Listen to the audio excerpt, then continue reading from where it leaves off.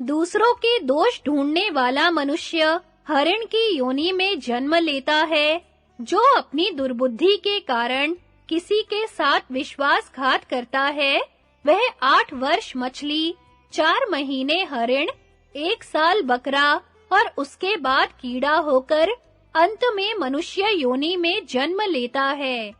जो पुरुष लज्जा का परित्याग करके अज्ञान और मोह के वशीभूत होकर धान, जौ, तिल, उड़द, कुल्थी, सरसों, चना, मटर, मूंग, गेहूं और तीसी तथा दूसरे अनाजों की चोरी करता है, वह मरने के बाद पहले चूहा होता है। फिर कुछ दिनों बाद मृत्यु को प्राप्त होकर सूअर की योनि में जन्म लेता है। वह सूअर पैदा होते ही रोग से मर जाता है। फिर 5 वर्ष तक कुत्ते की योनि में रहकर अंत में मनुष्य होता है।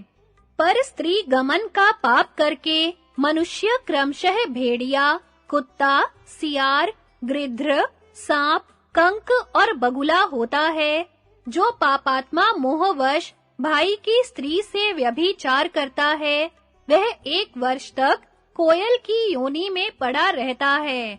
जो काम वासना की पूर्ति के लिए मित्र, गुरु और राजा की स्त्री के साथ बलात्कार करता है, वह मरने के पीछे 5 वर्ष सूअर, 10 वर्ष भेड़िया, 5 वर्ष बिलाव, 10 वर्ष मुर्गा, 3 महीने चींटी और 1 महीना कीड़े की योनि में भ्रमण करके पुनः 14 महीने तक कीट योनि में पड़ा रहता है।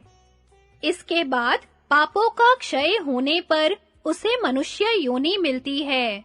जो ब्याह, यज्ञ अथवा दान का अवसर आने पर उसमें विघ्न डालता है, वह 15 वर्षों तक कीड़े की योनि में रहकर पाप का भोग समाप्त होने के पश्चात मनुष्य होता है। जो पहले एक व्यक्ति को कन्या दान करके फिर दूसरे को उसी कन्या का दान करना चाहता है, वह मरने के बाद 13 वर्षों तक कीड़े की योनि में रहकर पाप क्षीण होने के अनंतर पुनः मनुष्य होता है। जो देव कार्य अथवा पितृ कार्य न करके बलि वैश्व देव किए बिना ही अन्न ग्रहण करता है, वह मरने के बाद 100 वर्षों तक कौवे की योनि में पड़ा रहता है। इसके बाद क्रमशः मुर्गा और सांप होकर अंत में मनुष्य का जन्म पाता है। बड़ा भाई पिता के समान आदरणीय है। जो उसका अनादर करता है, उसे मृत्यु के बाद क्रौंच पक्षी की योनि में जन्म लेना पड़ता है। उसमें 1 वर्ष रहकर वह चीरक जाति का पक्षी होता है और फिर मरने के बाद मनुष्य योनि में जन्म पाता है। शूद्र जाति का पुरुष ब्राह्मण जाति की स्त्री के साथ समागम करके देह त्याग के पश्चात पहले कीड़े की योनि में जन्म लेता है, फिर मरने के बाद सूअर होता है। सूअर की योनि में पैदा होते ही वह रोग का शिकार होकर मर जाता है। उसके बाद कुत्ता होकर अपने पाप कर्मों का भोग समाप्त करके मनुष्य योनि में वह जन्म धारण करता है। मनुष्य योनि में भी वह एक ही संतान पैदा करके मृत्यु का शिकार हो जाता है और चूहा होकर शेष पापों का उपभोग करता है। कृतघ्न मनुष्य मरने के बाद यमराज के लोक में जाता है।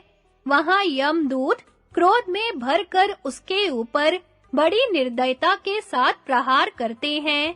उसे दंड, मुदगर और शूल की चोट खाकर दारुण अग्नि कुंभ, 80 पत्र वन, तपी हुई बालू, कांटों से भरी हुई शालमली तथा अन्य नरकों की भयंकर यातनाएं भोगनी पड़ती हैं।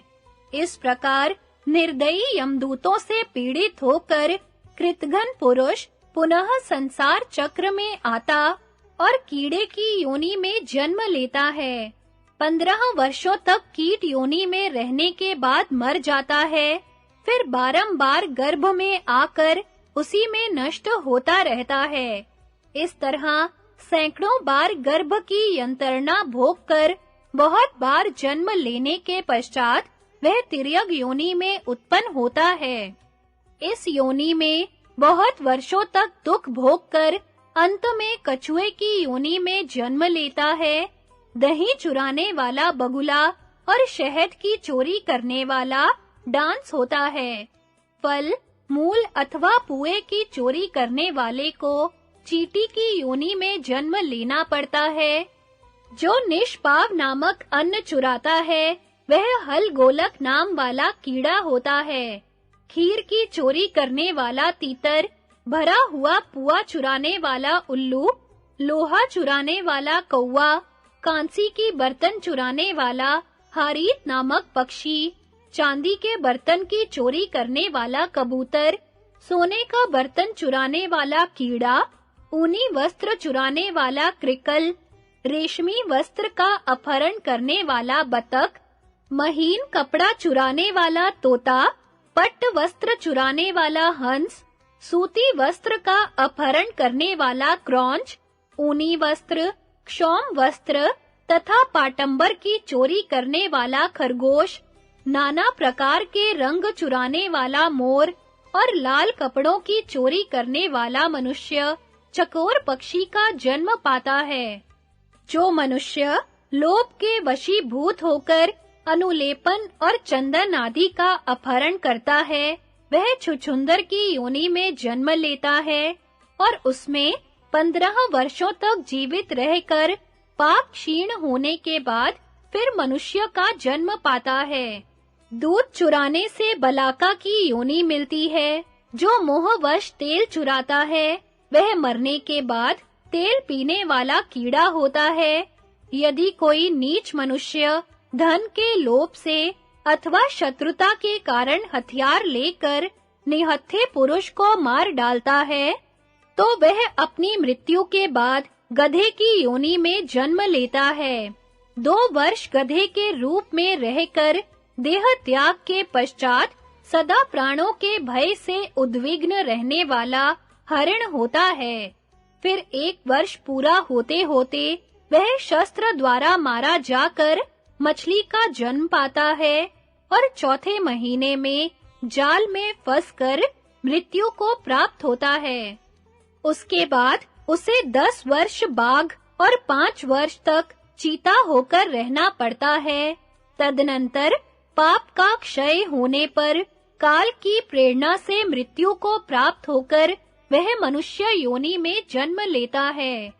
जो दुष्ट बुद्धि वाला पुरुष स्त्री की हत्या करता है, वह यमराज के लोक में जाकर नाना प्रकार के कलेश भोगता है।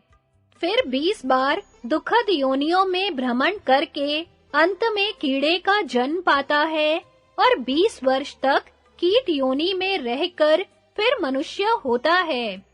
भोजन की चोरी करने से मनुष्य मक्खी होता है और कई महीने तक मक्खियों के समूह में रहकर पाप क्षय होने के बाद पुनः मनुष्य योनि में आता है। धान चुराने वाले मनुष्य के देह में दूसरे जन्म में बहुत से रोएं होते हैं। जो मनुष्य तिल के चूर्ण से मिश्रित भोजन की चोरी करता है, वह नेवले के समान आकार वाला भयानक चूहा होता है तथा वह पापी सदा मनुष्यों को काटा करता है। जो दुर्बुद्धि मनुष्य घी चुराता है, वह काक मदगु होता है। नमक चुराने वाला चिरी काक होता है। जो मनुष्य विश्वास पूर्वक रखी हुई दूसरे की धरोहर को हड़प लेता है, वह मरने के बाद मछली का जन्म पाता है और कुछ समय बाद मृत्यु को प्राप्त होकर मनुष्य योनि में जन्म लेता है। मनुष्य होने पर भी उसकी आयु बहुत थोड़ी होती है। भारत, इस प्रकार मनुष्य पाप करके तिर्यक योनियों में जन्म लेते हैं। वहां उन्हें अपने उद्धार करने वाले धर्म का किंचित भी ज्ञान नहीं रहता। जो पापाचारी पुरुष लोभ और मोह के वशीभूत हो पाप करके उसे व्रत आदि के द्वारा दूर करने का प्रयत्न करते हैं, वे सदा सुख दुख भोगते हुए व्यथित रहते हैं। उन्हें कहीं रहने को ठौर नहीं मिलता तथा वे मलेच्छ होकर हमेशा मारे फिरते हैं। जो मनुष्य जन्म से ही पाप का परित्याग करते हैं, वे निरोग, रूपवान और धनी होते हैं। स्त्रियां यदि उपयुक्त कर्म करती हैं, तो उन्हें भी पाप लगता है और वे उन पाप भोगी प्राणियों की ही भार्या होती हैं। महाराज, पूर्व काल में ब्रह्मा जी देव ऋषियों के बीच यह प्रसंग सुना रहे थे। वहां उन्हीं के मुंह से मैंने ये सारी बातें सुनी थी और तुम्हारे पूछने पर उन्हीं बातों का यथावत वर्णन किया है। यह उपदेश सुनकर तुम्हें अपने मन को सदा धर्म में लगाए रखना चाहिए।